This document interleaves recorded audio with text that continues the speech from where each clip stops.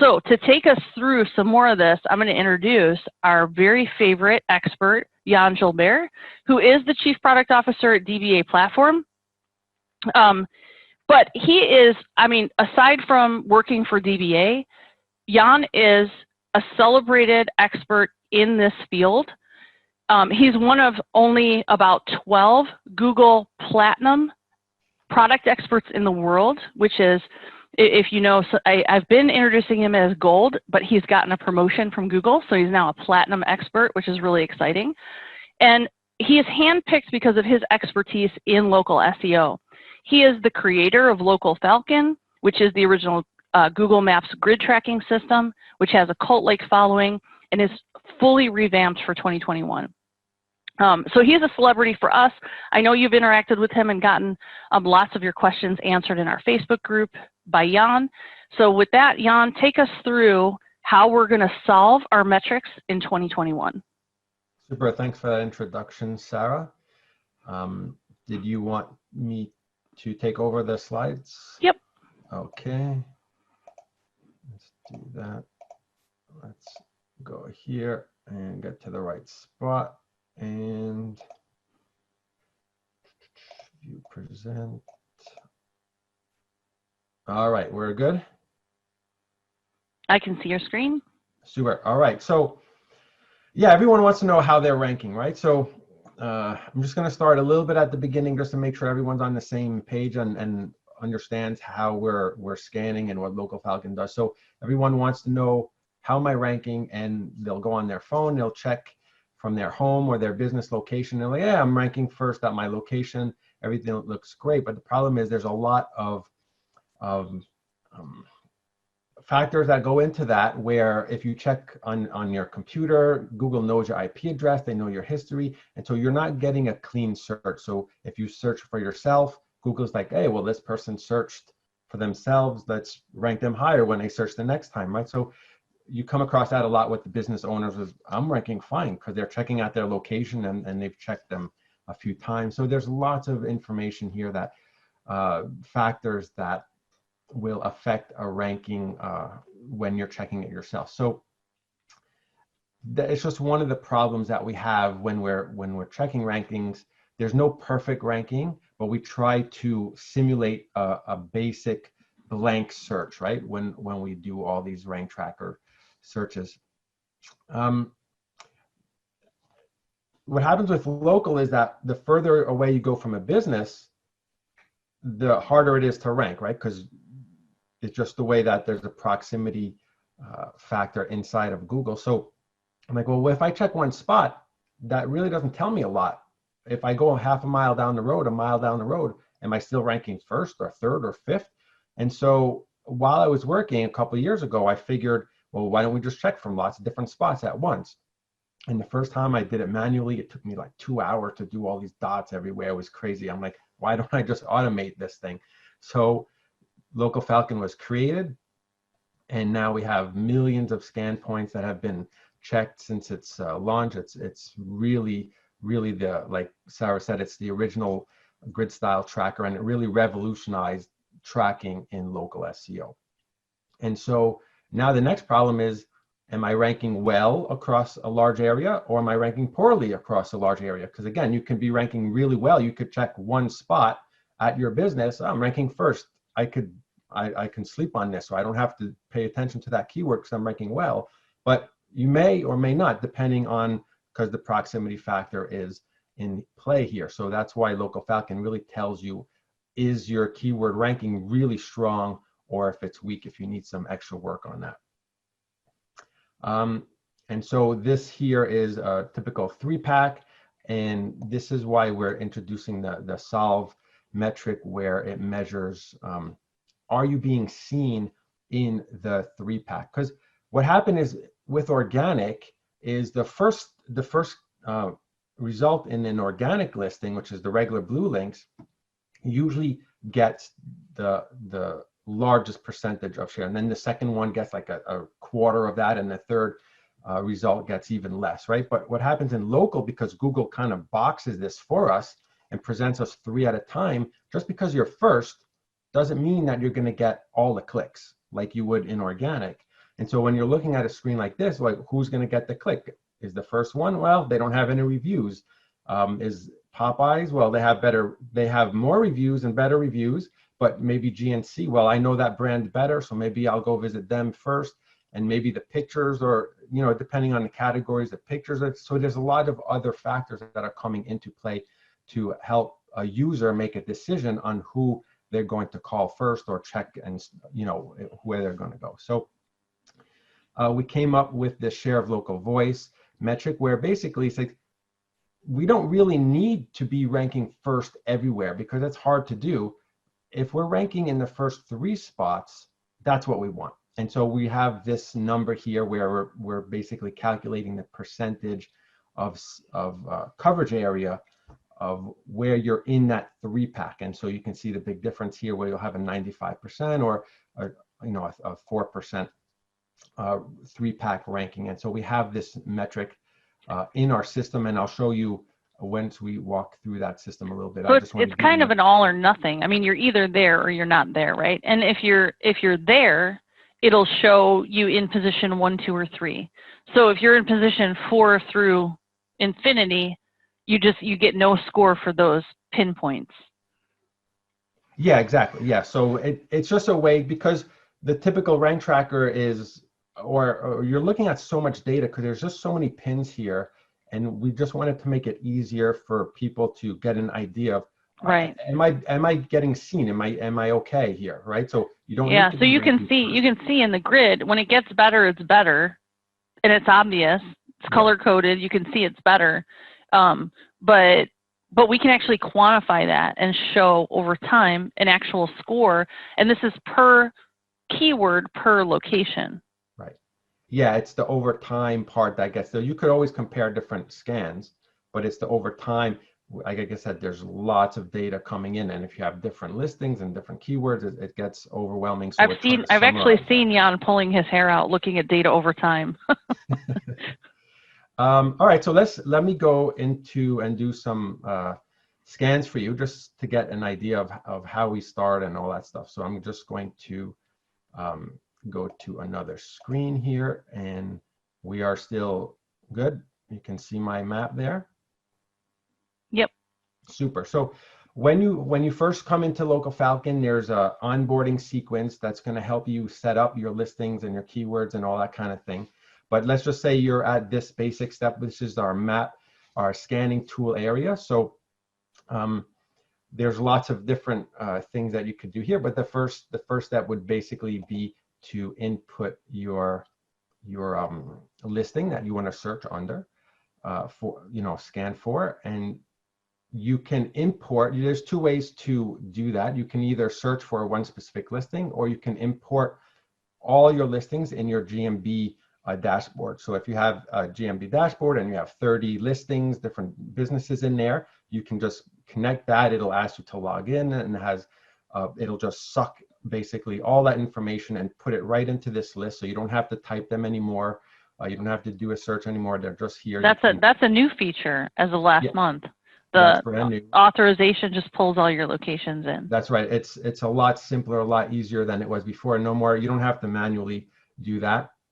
But let's say you don't have a listing that's in your dashboard and you want to pull it in. We can do that. We just hit the search button, and I'm going to do this right now. We're going to search for one, and I'm going to pick one here. I'm going to pick a Petco, and that's a brand. Let's say you have a lot. There's a listing or a company that has lots of brands, and there's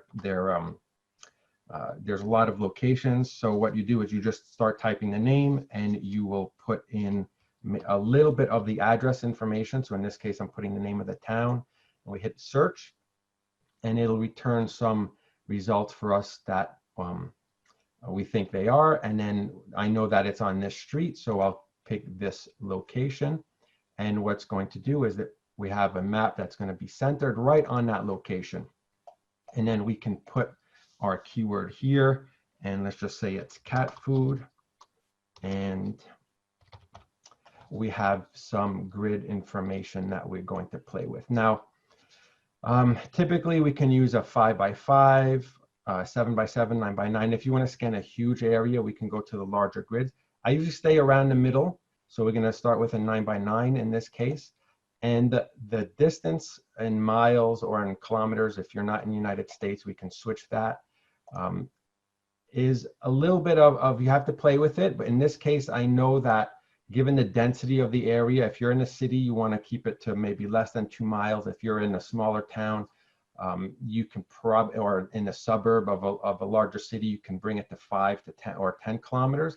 Each keyword is going to be different, but we want to try to get the best grid size. When you're in a really busy area, this will bring it down to about. Now, Jan, I don't actually run these scans myself, but I was just thinking, if you pick the wrong sort of grid size, like you'll know in that, let's say you're doing like a New York City one and you pick 5 miles, you're going to show up as nothing, right? There's going to be a lot of red, and you'll be able to say to yourself, I don't really have a hope of picking up, you know, when there's 500 pet stores in a 5-mile radius, I'm not going to pick up all of these.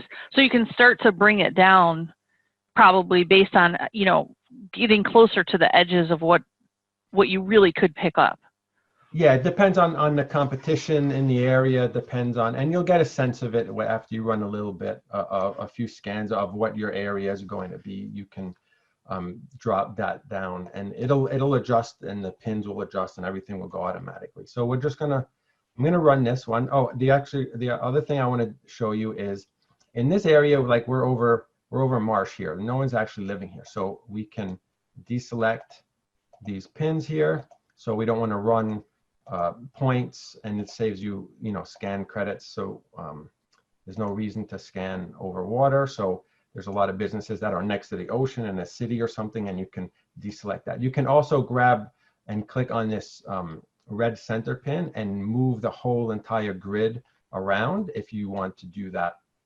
And you can shape, basically by clicking and dragging, you can shape this grid into whatever shape you want to that makes sense, so that you're scanning only the area you want to scan. Usually you don't have to drag and move around, and sometimes you'll have to deselect some pins if you want to. So we're just gonna run this, and it'll give us an option to either wait for this scan to finish, or we can continue to a new scan while this one is running. So I'm just gonna hit wait, and we're gonna watch the results come in, and it'll take about a minute.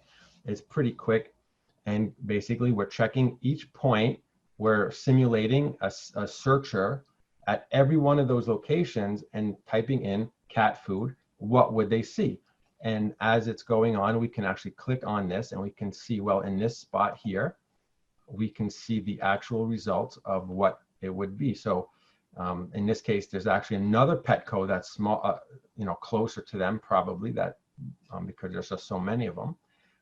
And we can see in each one of these points here what we're ranking. Now, when you see something like this where you'll have a higher number, all of a sudden it's probably because there's a shopping mall that has a lot of stores right in that one area. And so it's harder to rank because of the proximity. Those stores will have like their own little ranking bubble. And so that's why you'll see like, oh, I'm ranking 5th, which is further away than over here. Why is that? It's just because there's a dense area of concentrated competition.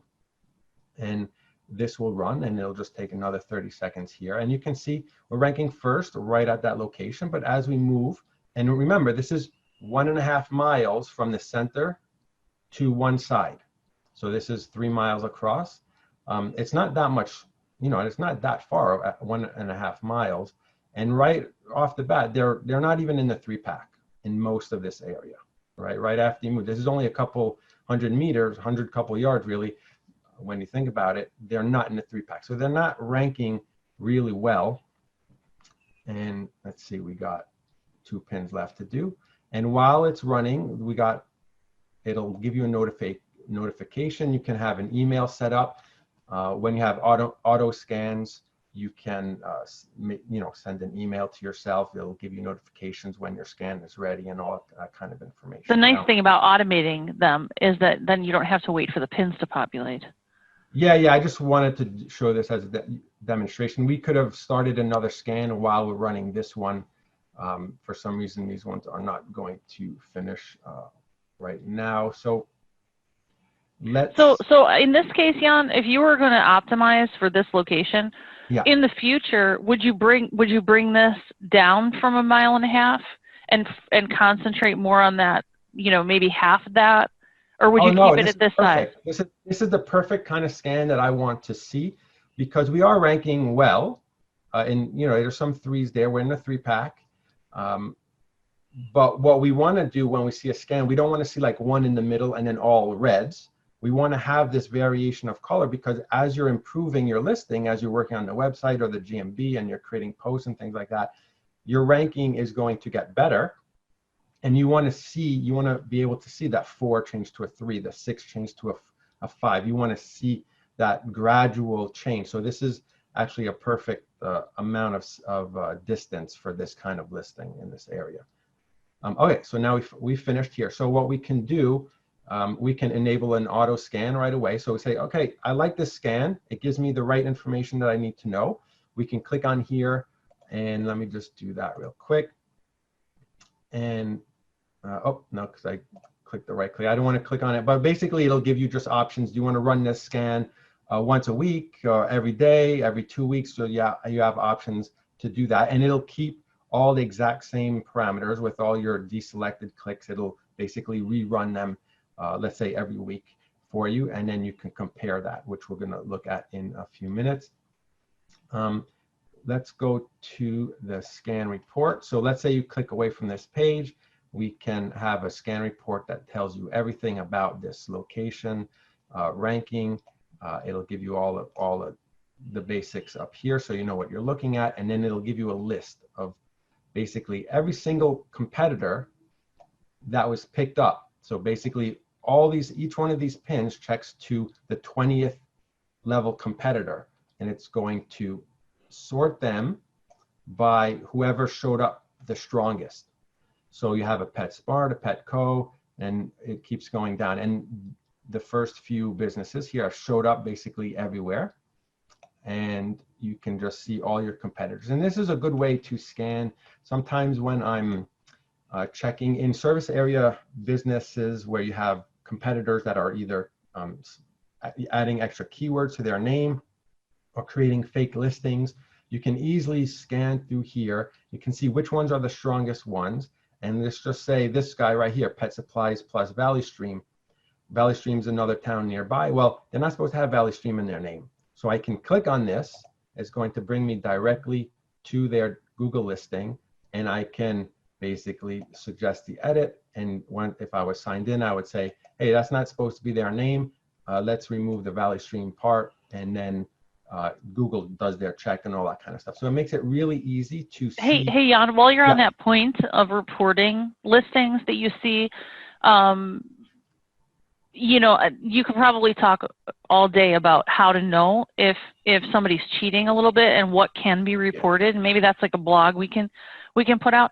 But somebody had a question actually, Delfino. He said, can you offer any cautions prior to reporting duplicate listings? For example, I have a competitor who at one point in time populated nearly 24 businesses with the same phone number, and only want my contributions to be received productively. So I take that to read that Delfino's concerned that if he reports too many, that maybe there's some concern about that. Do you have anything?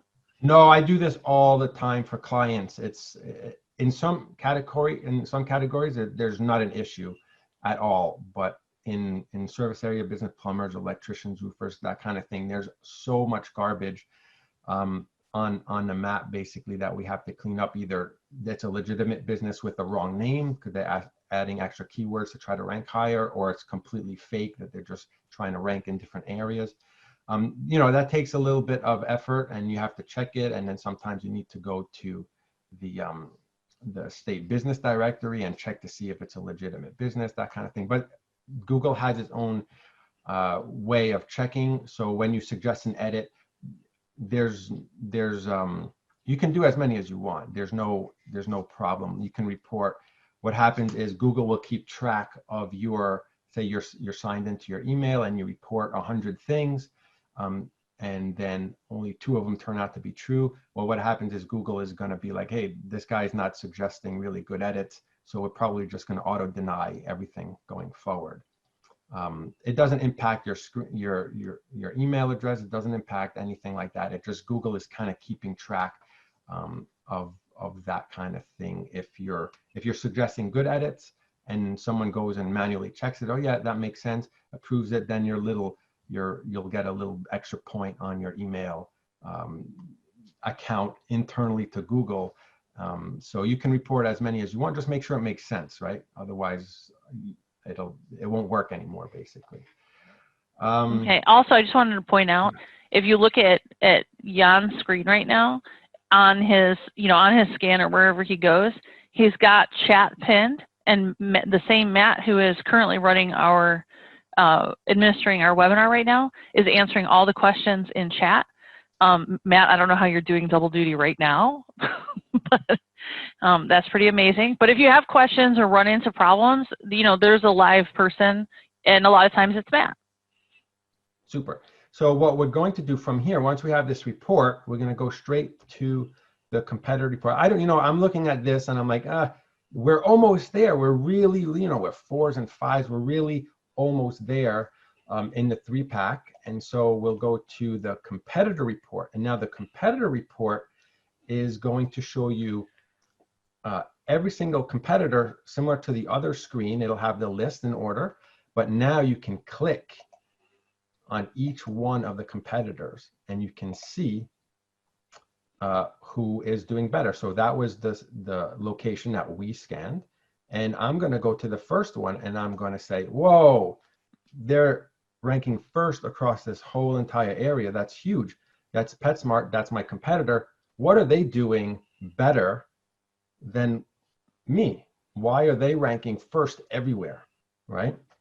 And Petco too. So Petco seems to be maybe located a little bit lower down in the map, and their influence is eating into this area of the map. But PetSmart seems to be somewhere in the middle here.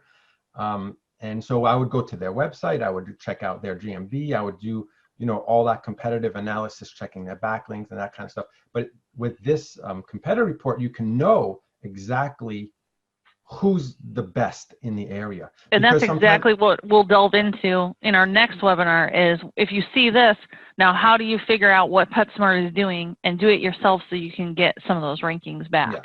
And what happens as the business owner, I know as an agency person, you'll ask a business owner, well, who's your competitor? And they'll say, Joe Blow here and XYZ guy here.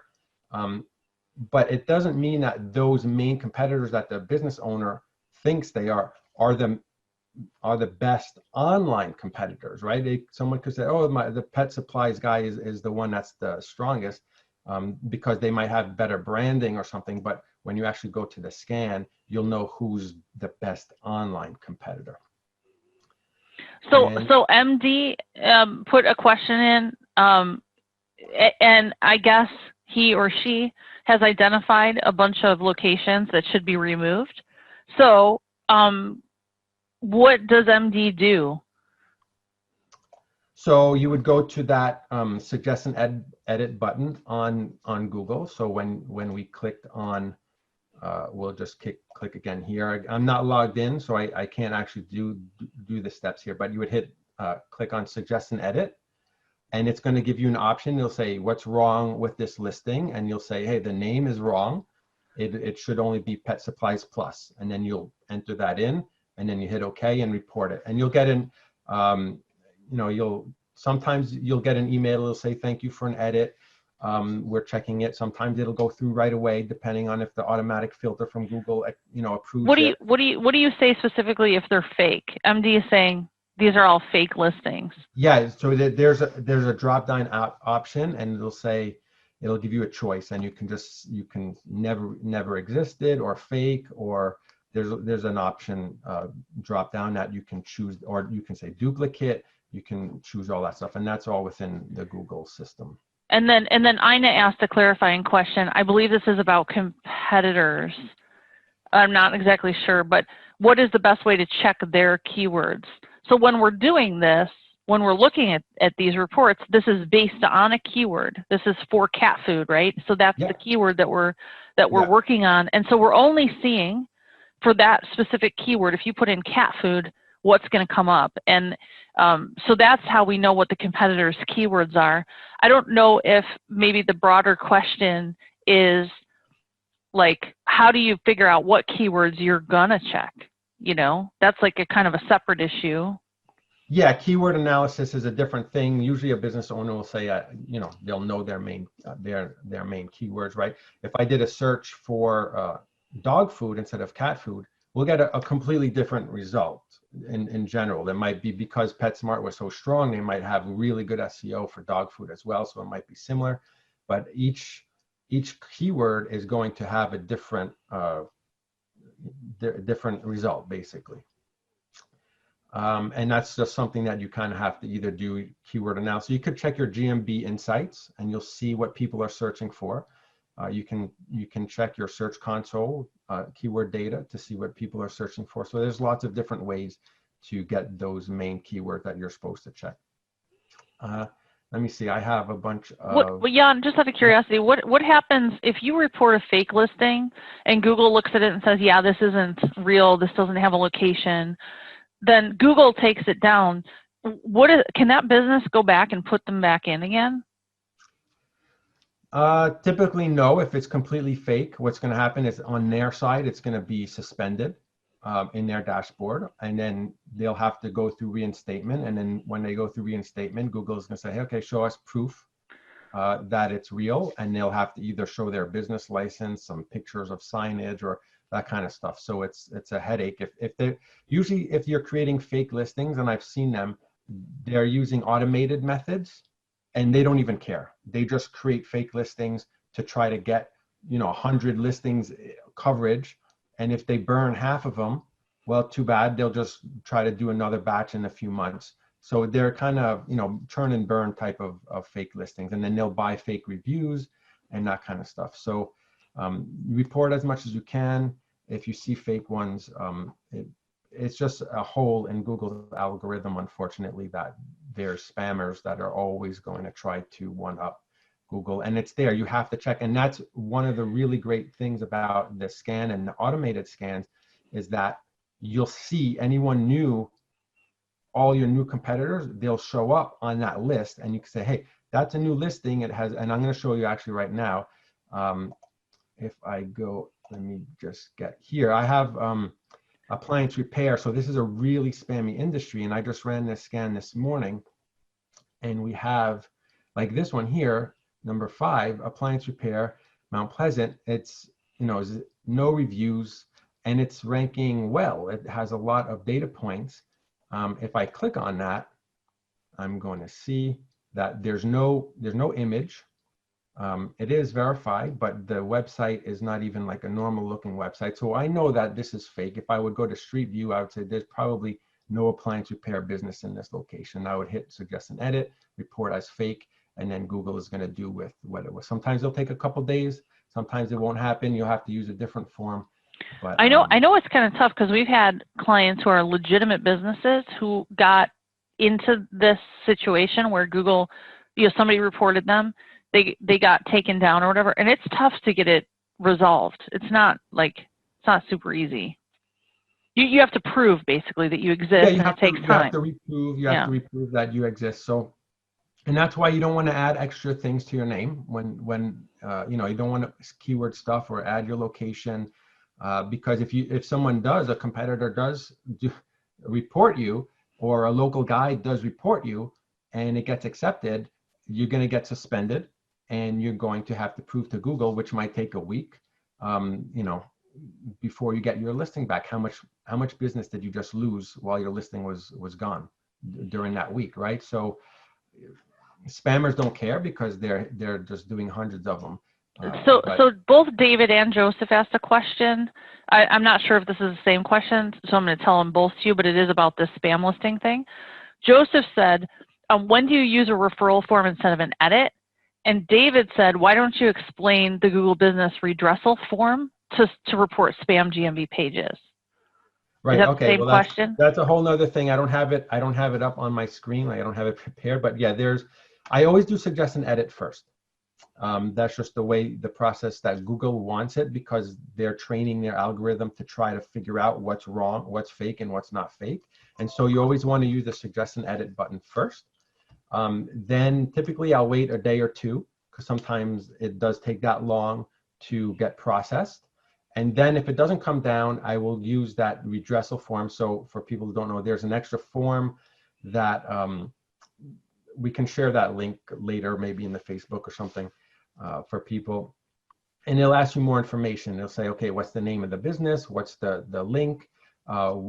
Why do you think it's fake? And then you can put whatever proof you want. You could put screenshots, you could put links, you could put here's the state registry, shows that it doesn't exist, or that the business is closed, or whatever proof. I visited the website and their address on the website is different than the address on the GMB. So there's whatever information you can find, put in that box, because you have to realize these people that are checking the redressal form are not necessarily English speakers from the United States. They could be in the Philippines or something. So we make it really easy for them to see that this is the part where they're violating guidelines, because just because it's obvious to us doesn't mean it's obvious to them. So you say they're violating guidelines because they don't have this blah, blah, blah, or, you have to really be very clear and specific. You'll have a much higher chance. And then once you do that redressal form, it takes a couple weeks for it to be manually checked. So that would be the process of going through, and it takes time. It's really unfortunate that in some industries there's a lot of garbage, especially this one. I have to check every week for this one because there's just I'm going through. And I mean, some industries you end up being in the spam fighting business, but not clients, all. Some clients, it's 100% spam fighting. That's all we're doing, and you can see, 2 reviews, spammy name, because it's just a location plus the keyword service, right? Again, same one here. 1 review that they've just bought a couple fake reviews just to try to make it look legitimate. And again, another one here. So there's just some industries that are just super bad, and you just have to report and report and report. That's all you're doing.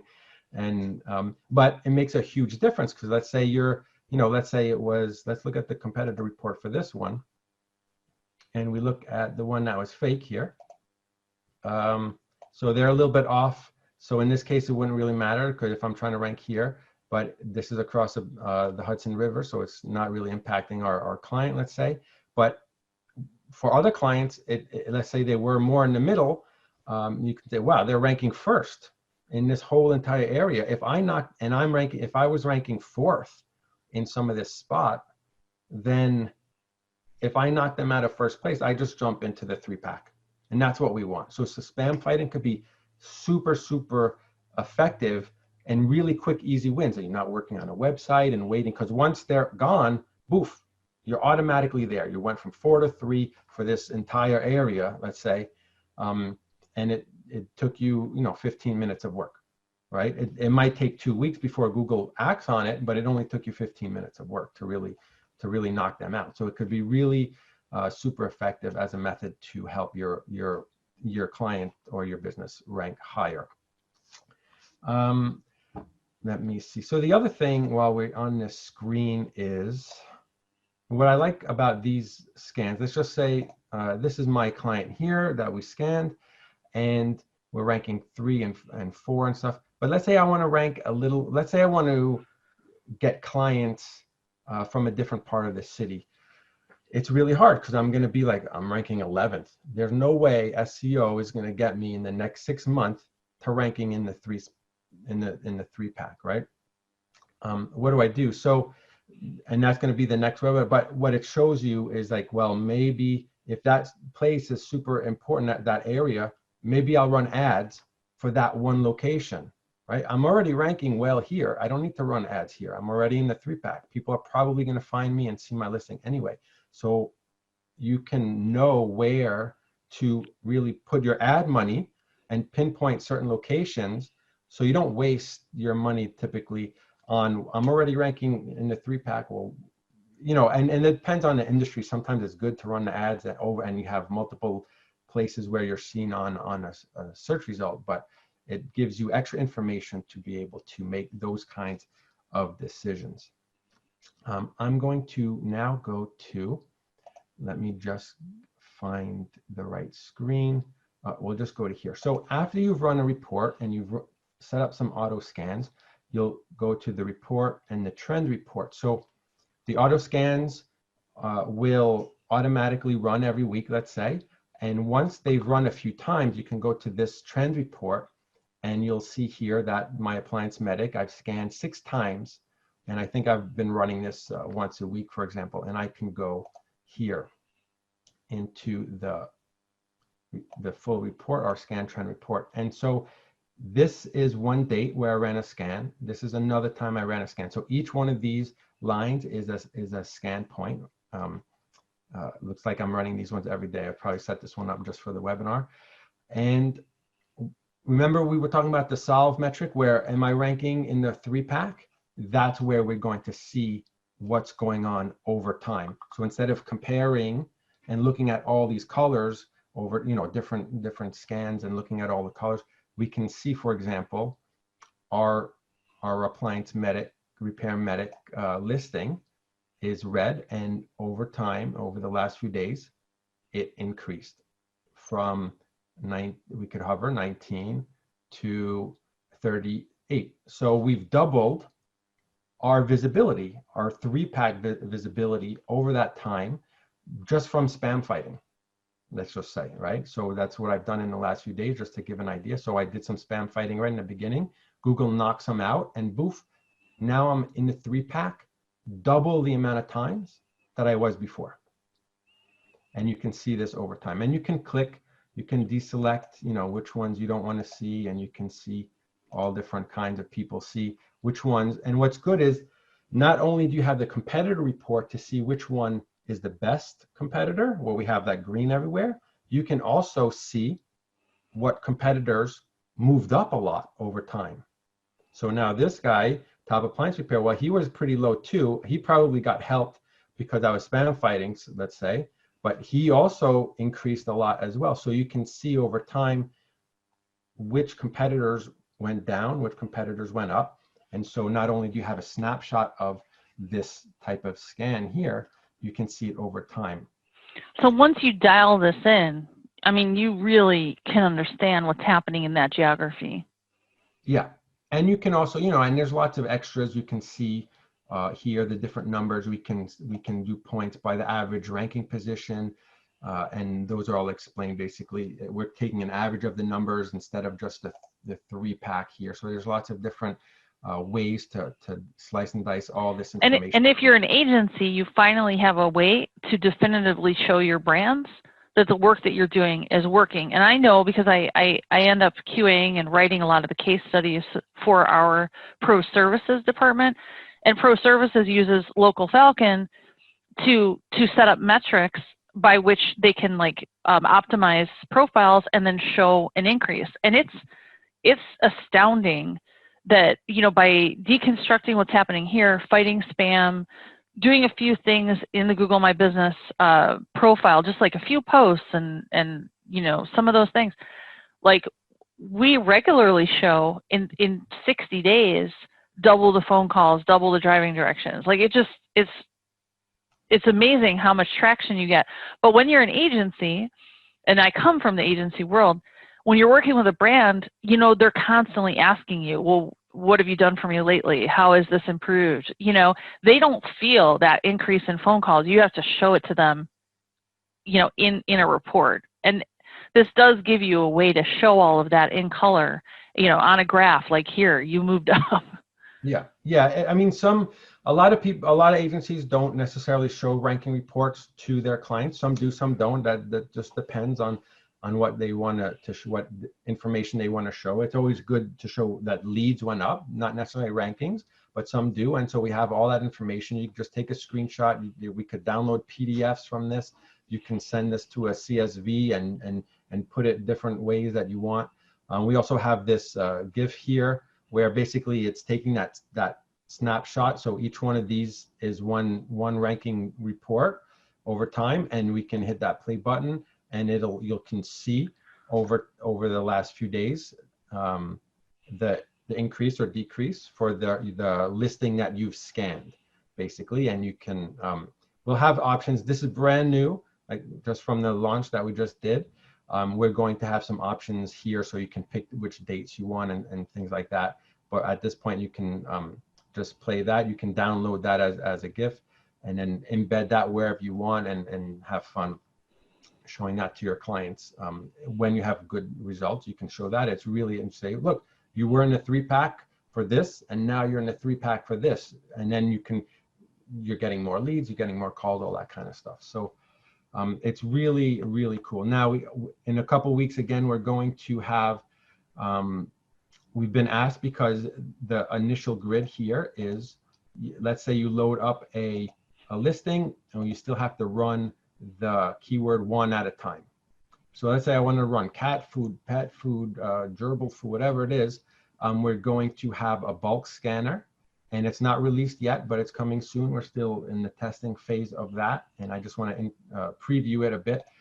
Basically, you'll select your location, and you'll just pick it off your list here. Let's just pick the first one for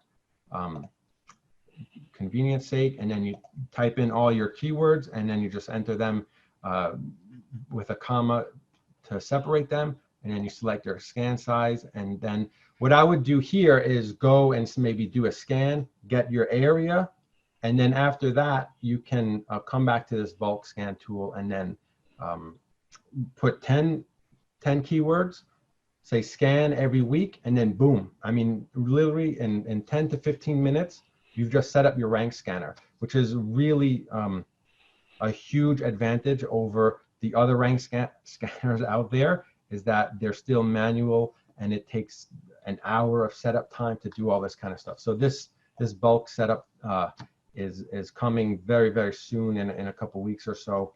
And so be on the lookout for that. So, I mean, the whole system is set up to be easy to use, easy to visualize, and give you the information you need to make reports, to make those decisions. Should I run ads? Who's my best competitor?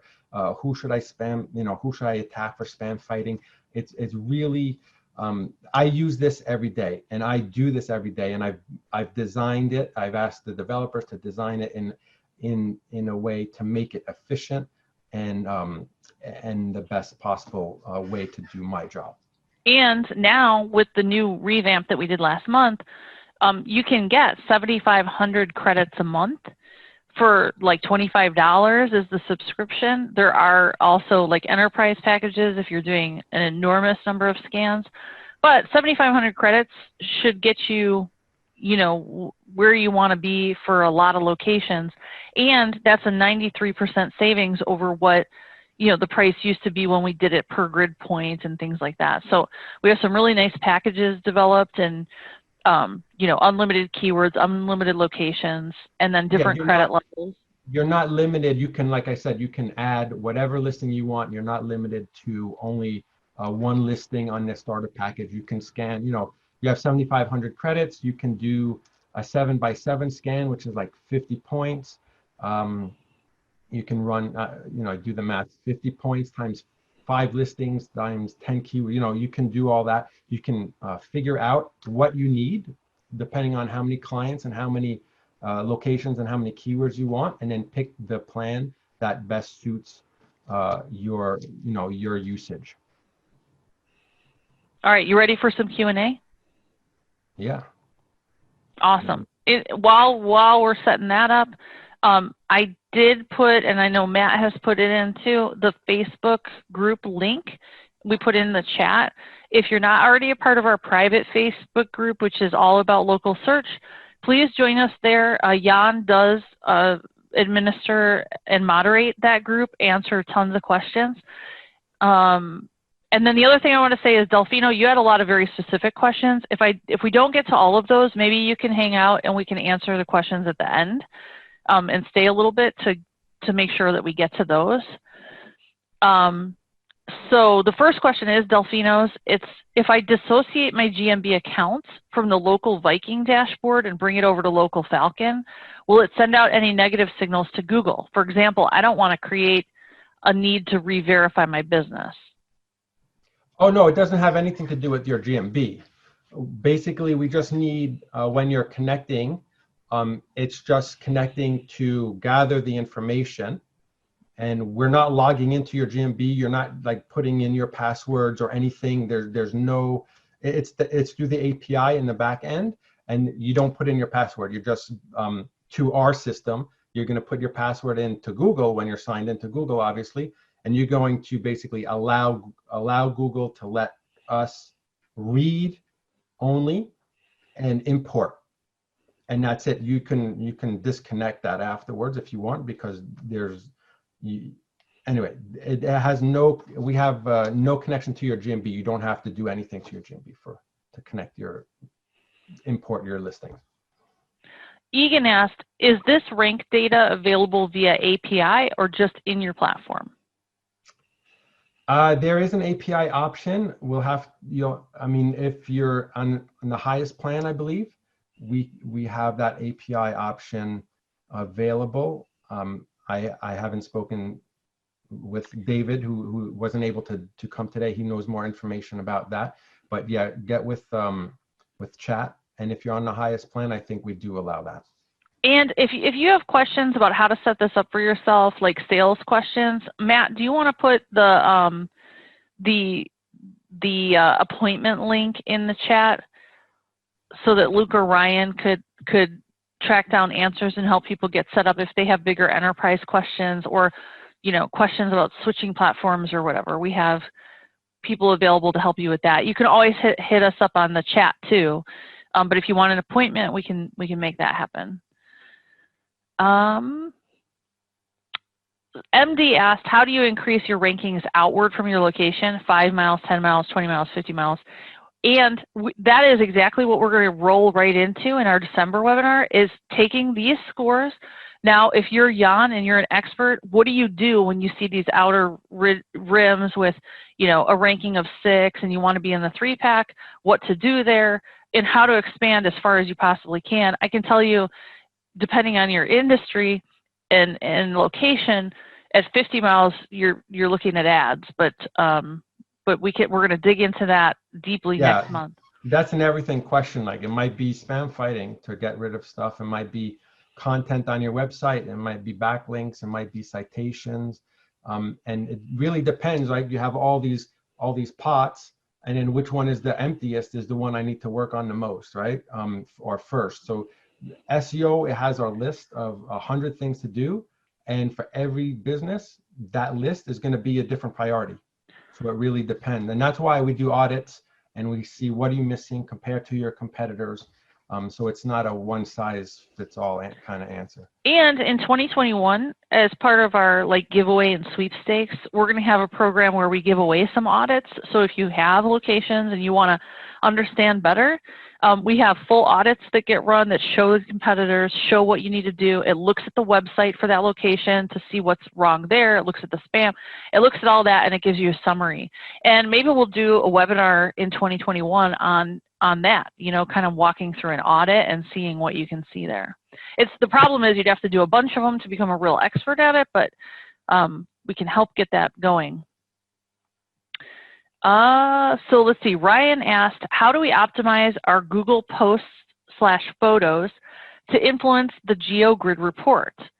Target keywords plus area. For example, air conditioner repair, Tucson, Arizona. Should we target one keyword variation within photo EXIF data or multiple keyword variations? So the last information I've seen is that the specific keywords don't impact the rank. Like, it's not, if you're doing posts and you have images and you're doing it once a week, because that's what Google wants to see, there's no direct influence of adding specific keywords. What happens is that the more posts and the more information you have on your GMB listing, the more interactions you have on your listing, and that is the ranking signal that Google is going to like. So the more posts you have, the more clicks, the more time someone spends. And if you can imagine, Google has a 3-pack and someone clicks on one of them more because you have more images and more reviews and more Q&A, Google's like, hey, a lot of people are clicking on this, and maybe they hit the click to call button, which Google is measuring. We're going to rank that one higher. It's not going to be the specific keywords in your post that are going to help you rank for those specific keywords. it's just the accumulation of all those indirect signals that are going to do that. So basically what I'm saying is write those posts. If you're creating posts, make them for a user.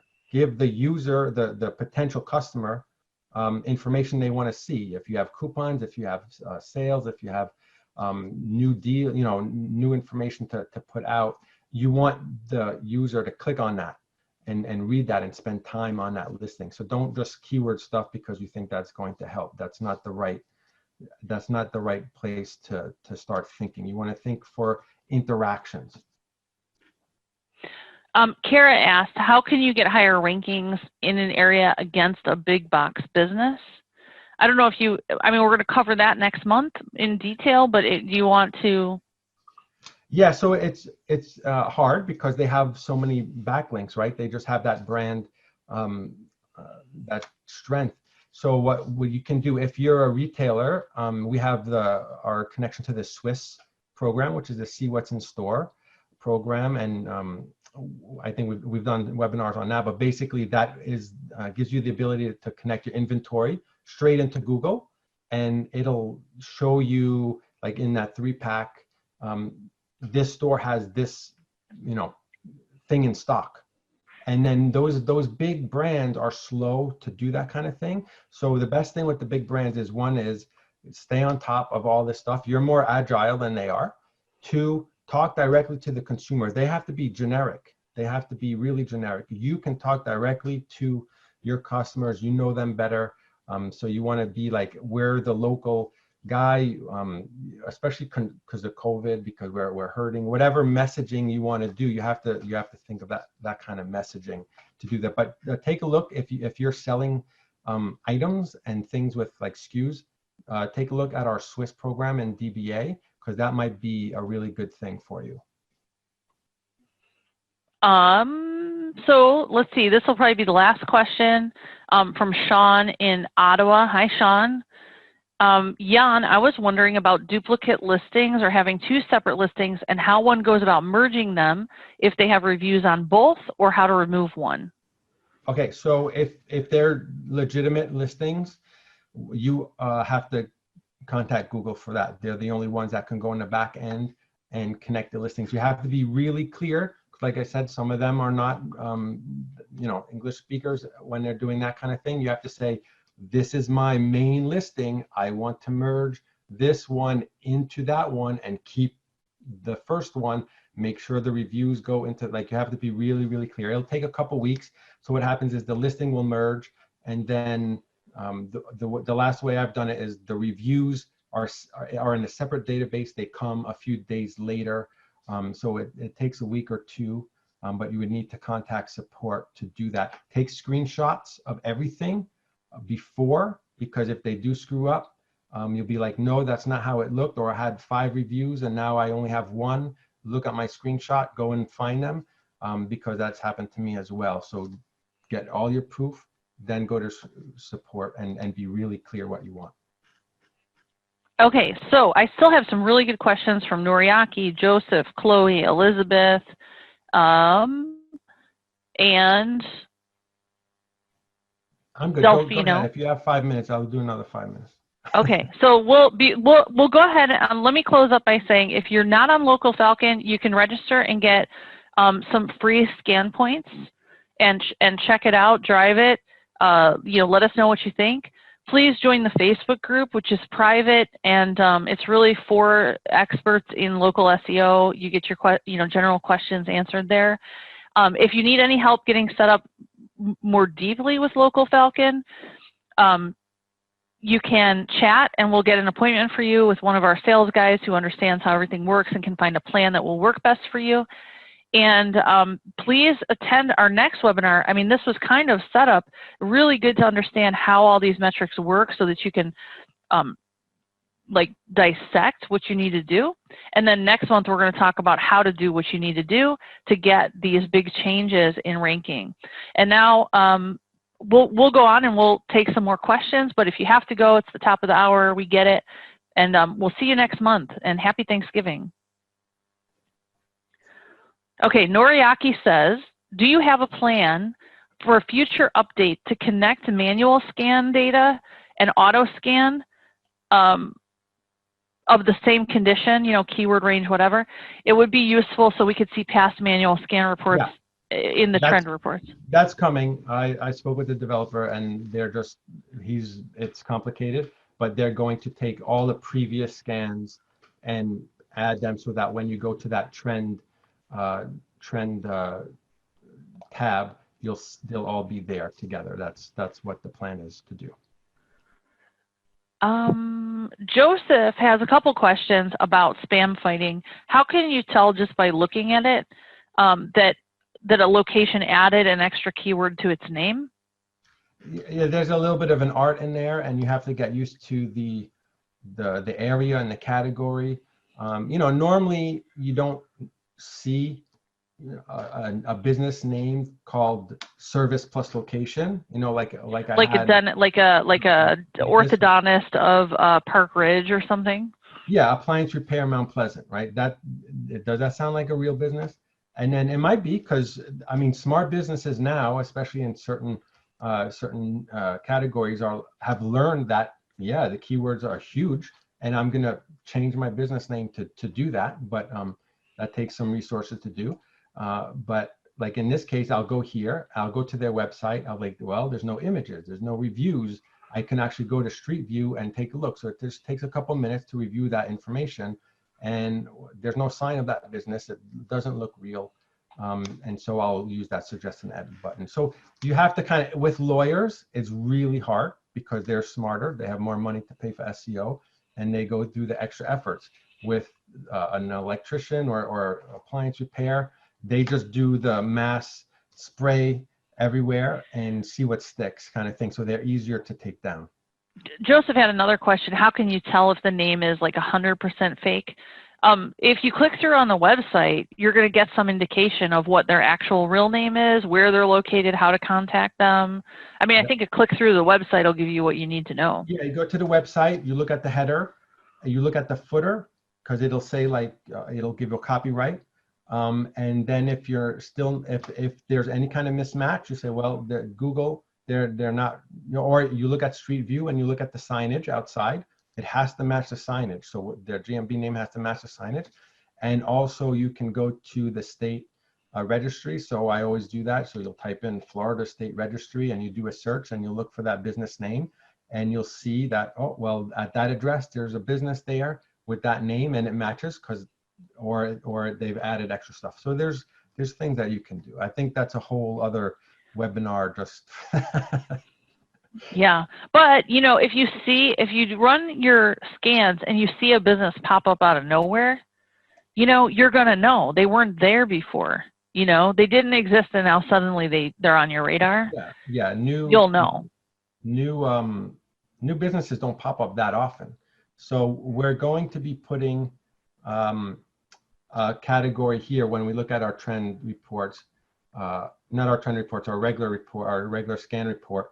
Which ones are new? We'll put a little marker, which ones were new. So let's say you're scanning every week, you'll have a little notification say, this is new from last week. You better look at that one, it might be fake, right? Type of thing. So. Chloe asked, does Local Falcon work in every country? Yeah, so it works in every country. I didn't show that. You can. Particularly, she wants to know Australia, New Zealand, and Europe, like UK, Germany, Netherlands, Switzerland, Denmark. 100%, and it works in different languages. You can set it to Japan and put Japanese characters. It'll work because it's using the Google search in the background. So whatever Google does, we do. Elizabeth asked, can you connect to multiple Google accounts? Yeah, so if you go to your dashboard, if we go to, let's see, account, and you go to your connected accounts, you just connect Google account, and then, well, I'm not signed in, so it won't work, but basically you have mine in there, and you just hit connect, and you can connect multiple Google accounts and suck in basically all the listings on each one of those into our list here.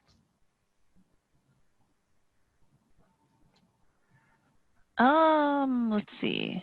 Bob asked, if keywords don't help, why DBA Photo Optimizer? Well, for sure. I mean, the posts help. I mean, you need to do those posts. What I mean is, don't keyword stuff. Like, there's no reason to keyword stuff. You want people to see the post and make it readable and make it connect with a potential client.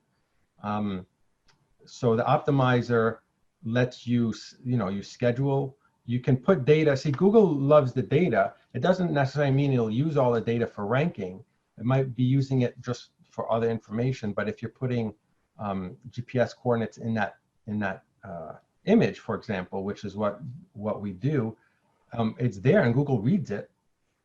So what happens is, this one is hard because there's a lot of SEOs that say, well, the coordinates don't work. If you put that, it doesn't help.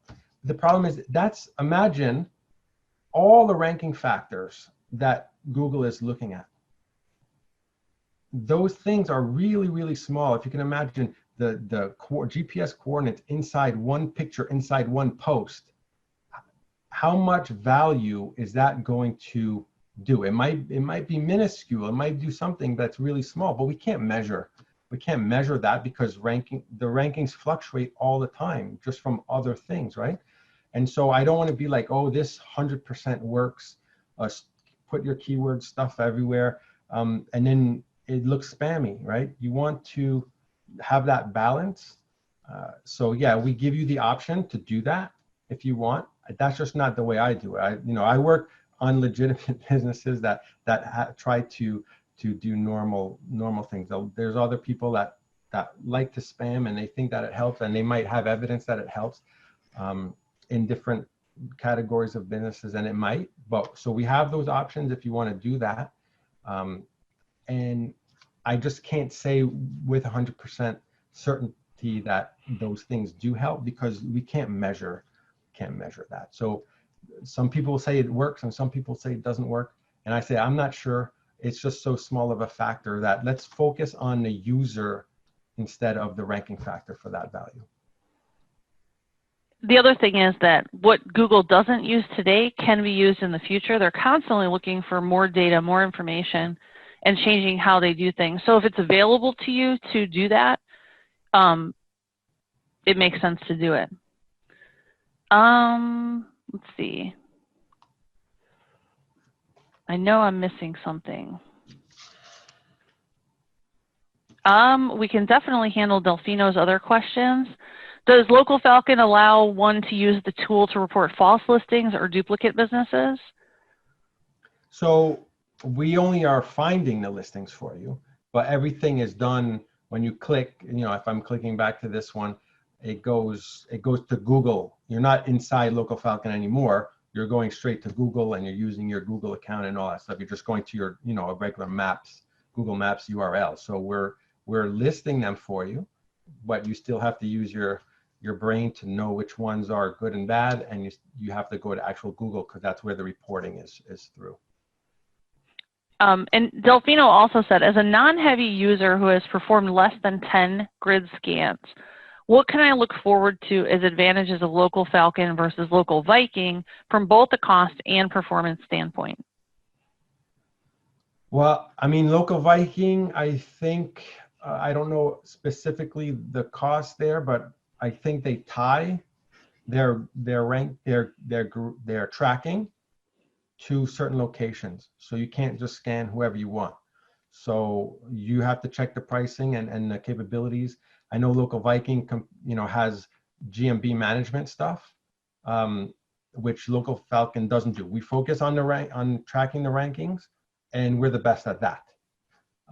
So DBA has other stuff that competes with lots of other companies. So you'll have to really look at the 2 pages and see what makes sense to you. I don't know. I haven't been in their system, so I don't know what other benefits that you're getting that I don't know about.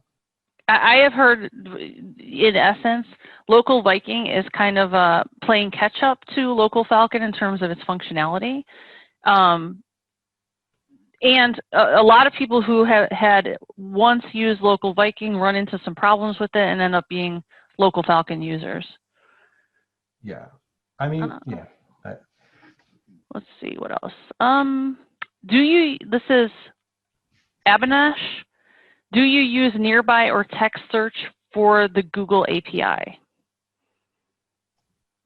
So we're not using the Google API for these results. We're using actual Google results. So we're doing in the back end, it's doing an actual search. We're not using the Google. We used to use the Google API, but we weren't able to get the service area businesses. So those businesses that have their hidden addresses, we weren't able to scan those because the API wasn't returning that data. So that's part of the, we reconfigured the whole system to basically be able to scan that, because that's a huge part of you know, the client base. And so now we're doing real Google searches. So whatever Google returns, we get. So we're not using the API any longer. Egan asked a good question. Any insight on the click-through rate difference between the 1 and 3 spots in the local pack? Any insight on the click-through rate difference when the listing has reviews, ratings, or a good-looking photo? I've looked for that, and if I go back to that screen here,